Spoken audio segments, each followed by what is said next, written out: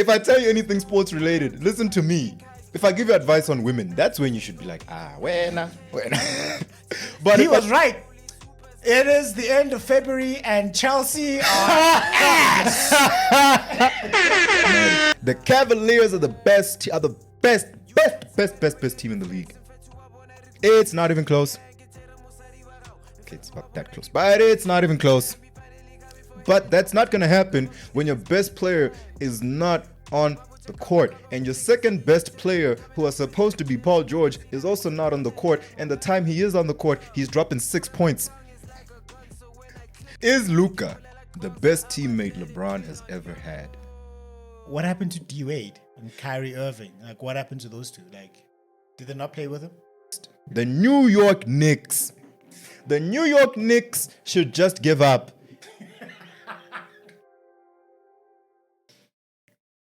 Microphone check 1 2. What's good? Man. It's just me. Does it feel like it's been a while? I know it's just been a week. We're recording on a Tuesday. Yeah, studios were closed yesterday. That's why we're here on a Tuesday. But are you well? Are you good? Yeah, we're here still. The NBA is lit, bro. The NBA is lit. The UFC is the UFC. And I'm so excited I might just start talking WWE. But before I get too far into ahead of myself, Dr. Ted, what's good? I need to get you like an intro here. Like when I say Dr. Ted, I just... Of course you're going to pick that one. You monster, you. I'm fantastic, but I'm not all right. You were right. Say that again. Nostradamus? What do you call yourself? Nostradamus. You were right. He was right, people. He was right. You should listen to the advice that he says and listen. It has to deal with the Ravens. He was right. It is the end of February and Chelsea are ass. They are ass. We are back to where we were. The end of last season. We are losing to teams who got no business. Remember, we were like, oh, it's Chelsea. Hey, second in the log. Yeah. Hey, try to run. And I said, guys, I know my team. And I was also feeling nice. And then you're like, wait for February. I'm like, I remember you were so happy. 4th place, eh? No. I remember you were so happy. Once we were second place. We still have a chance of getting to 4th place. Ne? Okay. Man, where we are right now, anyway. I'm fantastic. Life's good. You should listen to me when I talk sports, bruh. If I tell you anything sports related, listen to me. If I give you advice on women, that's when you should be like, wena. But if I tell you anything about sports, listen to me. Okay? I know what I'm talking about. Anyway, what's good with you, my G? Are you well? Are you fine? Yeah, just tell me down there, Mukundi, I'm well. Mukundi, I'm fine. Luka is back! Yeah, that's right. He's doing well in LA now. He played against Denver. And I don't know why I didn't get you his stats, bro.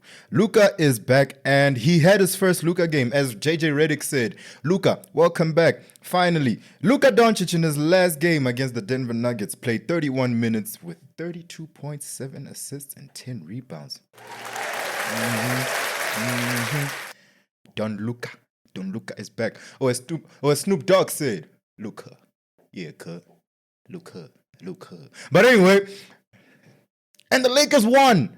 Why did I not? The Lakers are winning, bruh. The Lakers are doing good. They are... remember how shook I was when I found out they were the 6th seed? Yeah, I'm still shook. But I will say, shout out to them for winning. Shout out to the Los Angeles Lakers for actually handling their business. And now I think they are... the 5th seed? Are they still the 6th seed? They're the 4th seed in the West now.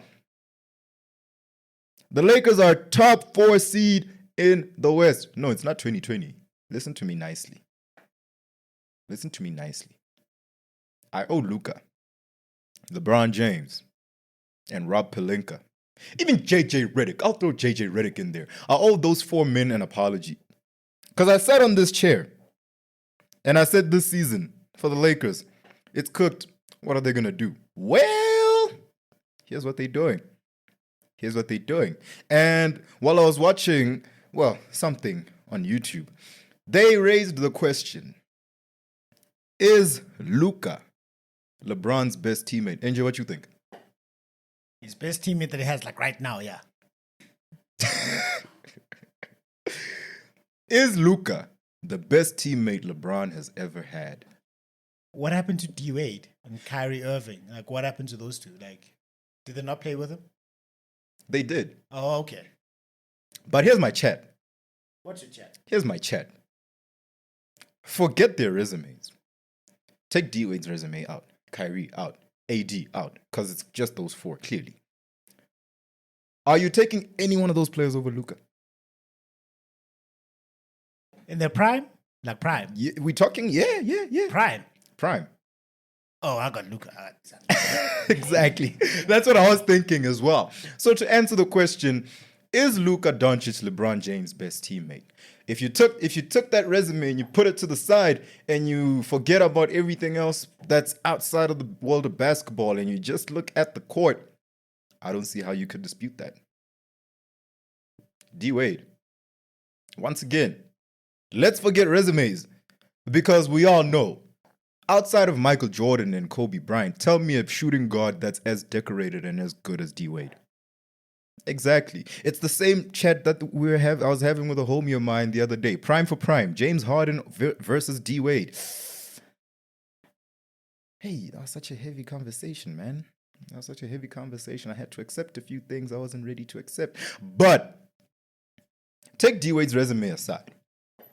Kyrie, Kevin Love, Anthony Davis. Hell, I'll even throw Dwight Howard in there. Are you taking any of those guys over Luka Doncic?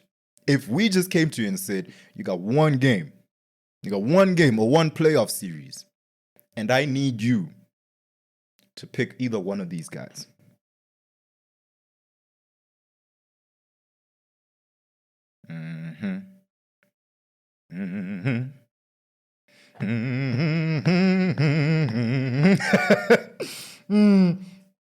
Okay, but let's be serious. Are you?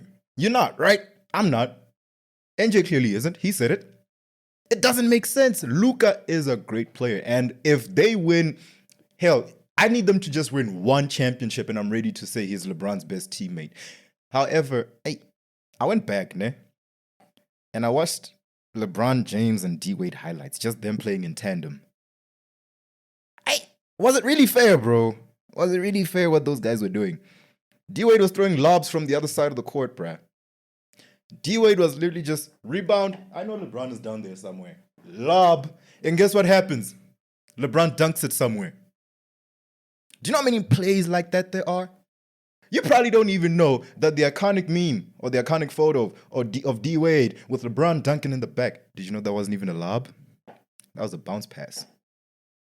Yeah, know your ball. But anyway, the Lakers are doing well and they are the 4th seed in the West. And I owe JJ Redick an apology the most because I doubted him. And we all knew offensively this was going to be a better team because I trust JJ Redick to coach better than Darvin Ham did. Defensively, that's where we all had our questions and our reservations. And I think we can confidently say they are performing well. They are defending, they are playing with passion, they are playing with heart, they are playing with drive. JJ Redick for Coach of the Year. JJ Redick for Coach of the Year. Yeah, I said it.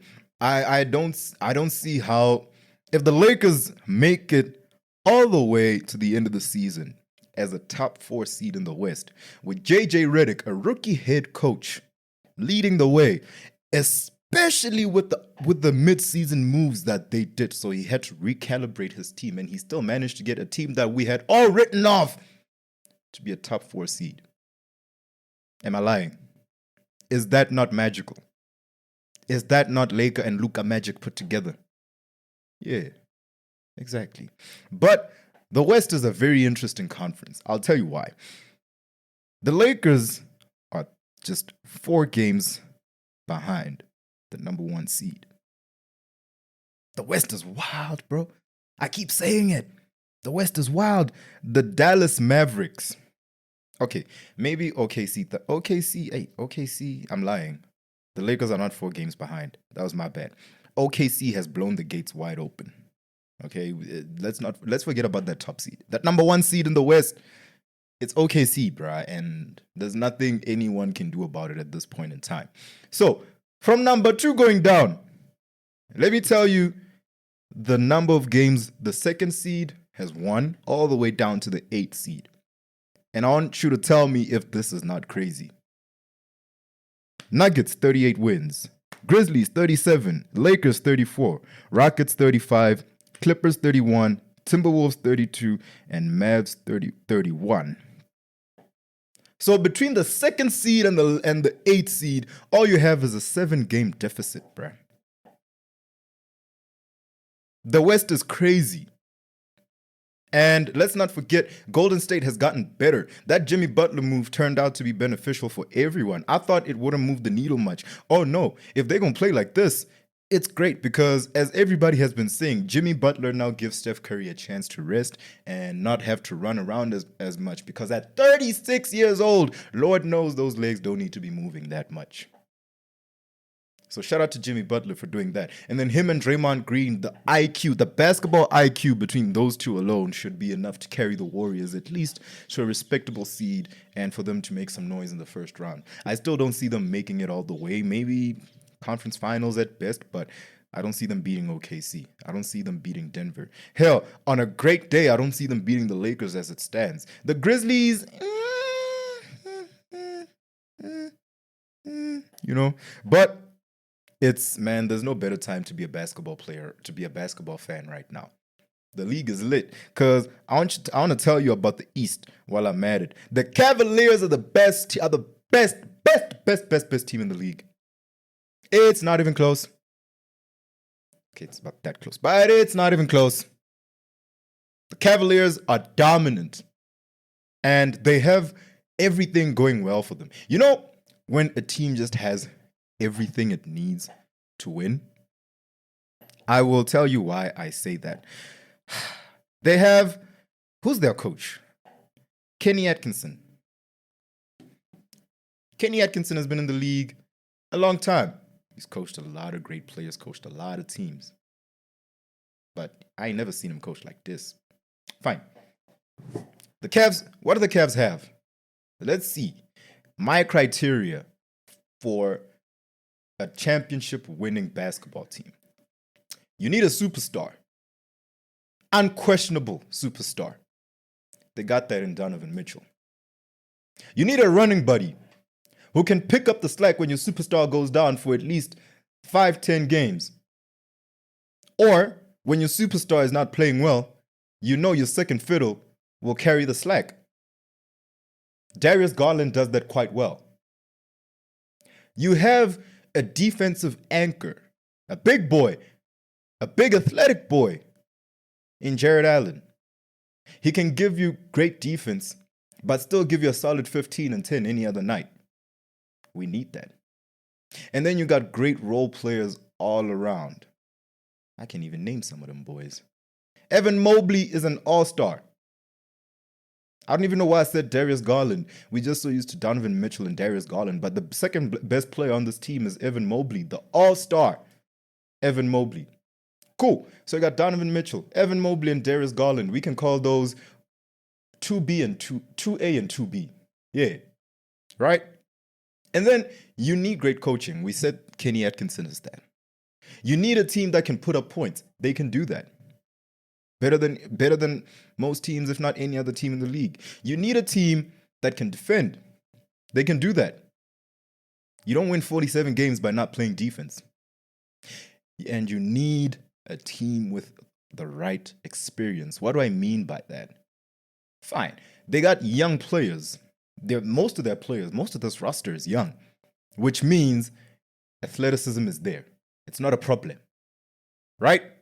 From Donovan Mitchell to Jared Allen, everyone is athletic on that team. Anyone can give you a nice and a respectable dunk. You know, some of them can even give you 360s. You know? And then, what else do you need besides that experience, playoff experience? Donovan Mitchell has been in the league long enough to be considered a vet now. He's still young, but he's been in the league 8 years now. He's a vet. Darius Garland is a vet. Jared Allen is a vet. But where's the danger? They are young vets. Meaning, while LeBron James is 40 and tired of running up and down because he's had to play the past 3 series, guess who's still young, fresh, and ready to rock it? The Cavs. I don't see anyone doing that. Boston can try. That's why they're the second best team in the league. But there's something about Boston I don't like. Jason Tatum. But there's something about Boston I can't stand. But they're a great team, and they might be that team. However, I want to tell you about the third best team in the East. The New York Knicks. The New York Knicks should just give up. No. Here's why I say that. On paper, you'd think, oh, okay, they're the third seed in the East. Should be good, right? What if I told you that the New York Knicks are yet to beat the Cleveland Cavaliers, the Boston Celtics, and the Oklahoma City Thunder in a game? They are 0-7 collectively against those teams. So does it matter if you're winning games but you're not beating the best teams? Exactly. It doesn't. That's why I'm saying the New York Knicks should just give up. They play no defense. They have no defense, which is weird for a Tom Thibodeau team to not have any defense, because Tom Thibodeau is one of the best defensive coaches of his generation. Right up there with Frank Vogel. I don't know what happened. He just can't seem to teach them how to play defense. Is it because Julius Randle is gone? Is it because now you got Cat? You got Bodega Cat? What's happening? What's happening? It makes no sense. Their firepower is just the same, but their defense has gone back. And what's the point? Defense wins you championships. Yeah, you can put up points. What if you find a team that can put up points better than you? I.e. Cleveland Cavaliers, Oklahoma City Thunder. You can put up points all day, but if the other team can put up points and stop you, it's chai. It's chai. Defense wins championships. NJ and I had a very long discussion about this, and I was right too, wasn't I? I was right too, wasn't I? No, I was right. He won't tell you that. I was right. Defense wins you championships, bro. Defense wins you championships. Shout out Philadelphia Eagles. You know what I'm talking about. So, the Bucks are the 4th seed, and the rest of the East going down. I don't even care, if I'm being honest. We got the Pacers, Pistons, Magic, and Hawks. Who cares? The Philadelphia 76ers are the 12th seed, and I want to talk about Joel Embiid.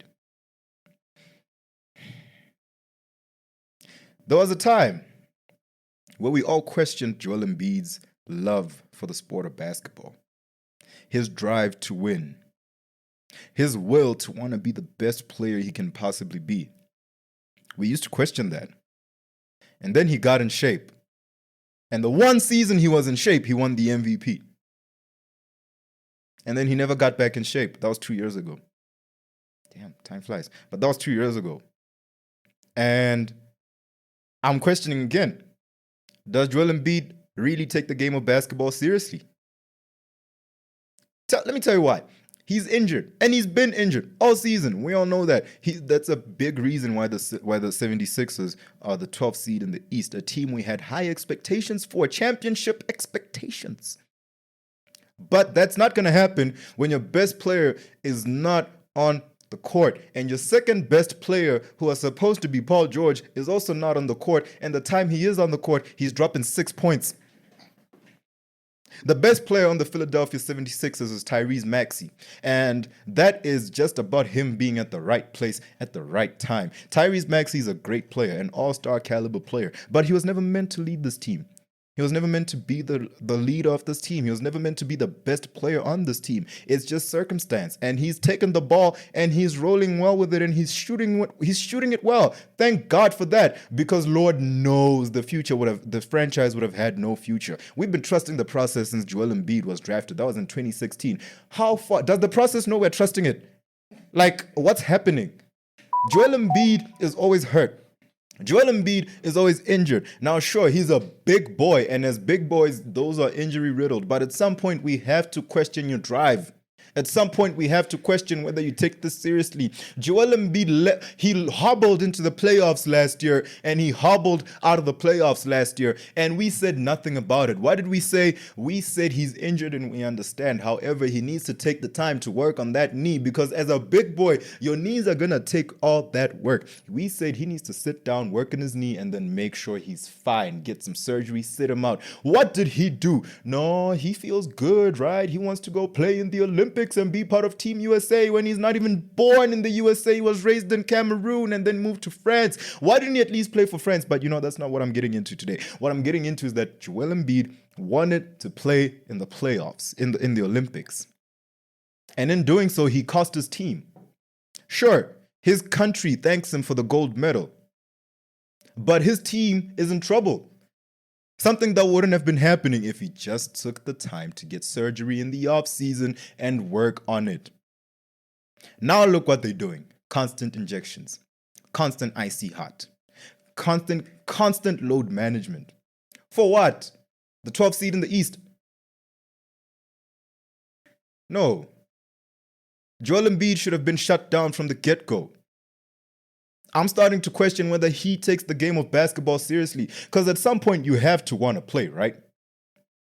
And if you know that my knee is bad and I can't play and be the player I know I can be with a bad knee, then why don't you prioritize making sure your knee is not bad? And even if that means losing out on an Olympic gold medal, which you can go try for again in 4 years, and it's guaranteed because you're going to play in for Team USA. They don't even pay you. And yet the people that are paying you and just gave you a $126 million extension are not getting anything out of you. But those are just the thoughts of one man sitting on a chair in Joburg. Tell me what you think. NJ, what's up with you, dog? You got a question for me? There's a process. No, we're trusting it. That is a meme. I'm putting that on my Instagram. WhatsApp. Oh my. That was classic. See what happens when you let me cook. I was like, you're overtime. I'm like, let him cook. Madman Mukundi's out here. That's okay. Yeah, I could tell I was getting angry. You were getting heat. I'm like, whoo, okay. So, with the trade, Luka, and with how well Donovan Mitchell's doing, what's his nickname? Spider. Okay, Spider-Man. And let's say Donovan Mitchell. Yeah, I call him D-Mitch. D-Mitch. We call him D-Mitch. Potentially looking at a Lakers-Cleveland's finals?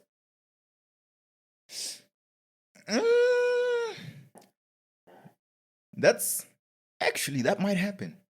Once again, if the Lakers keep playing this way and JJ Redick coaches this way, I trust Luka and LeBron in the postseason. And that's the only thing I trust. Luka and LeBron in the postseason. In the East, as long as it's not Boston, so it's fine. Cavs, number 1 seed, so obviously they're the favorites.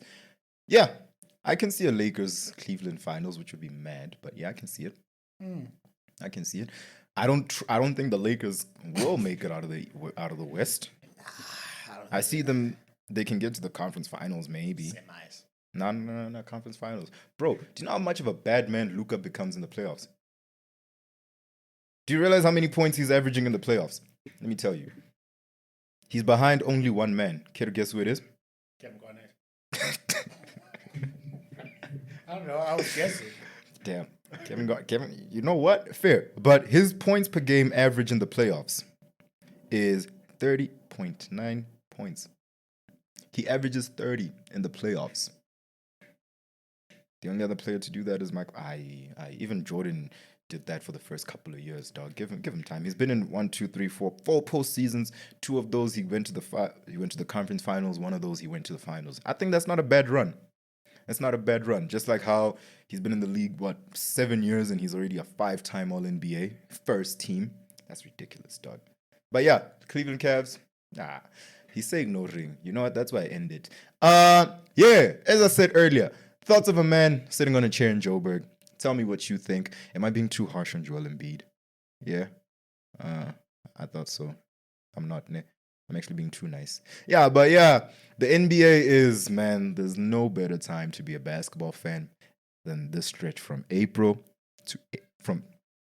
There's no better time to be a basketball player, There's no better time to be a basketball fan than this stretch of time from February to April. Yeah, because after that, it's the playoffs. So we can even say all the way until June. Why? Everyone is desperate. The play-in teams are trying to make it to the play-ins. The top-seeded teams are trying to keep their top seeds. The lower-tier teams are trying to get better seeding so they don't have to fight, so they have to play the top seeds in the first round. It's pure peak entertainment, and I'm here for it all. However, next time I come through, we'll talk some UFC, and if I really feel strongly about it, I do want to talk WWE, but I don't know how you feel about that because it's not really sports, but it's my channel, and guess what? So, yeah. Actually, I'm lying. You're my boss. You tell me what to talk about. It's all good. Episode 28 is in the bag. I'm very happy. I'm very proud. Go watch some sports. Be nice to your mother. And as always, enjoy the violence. Ass, I tell you. I'm gonna let you go. You done? Ass!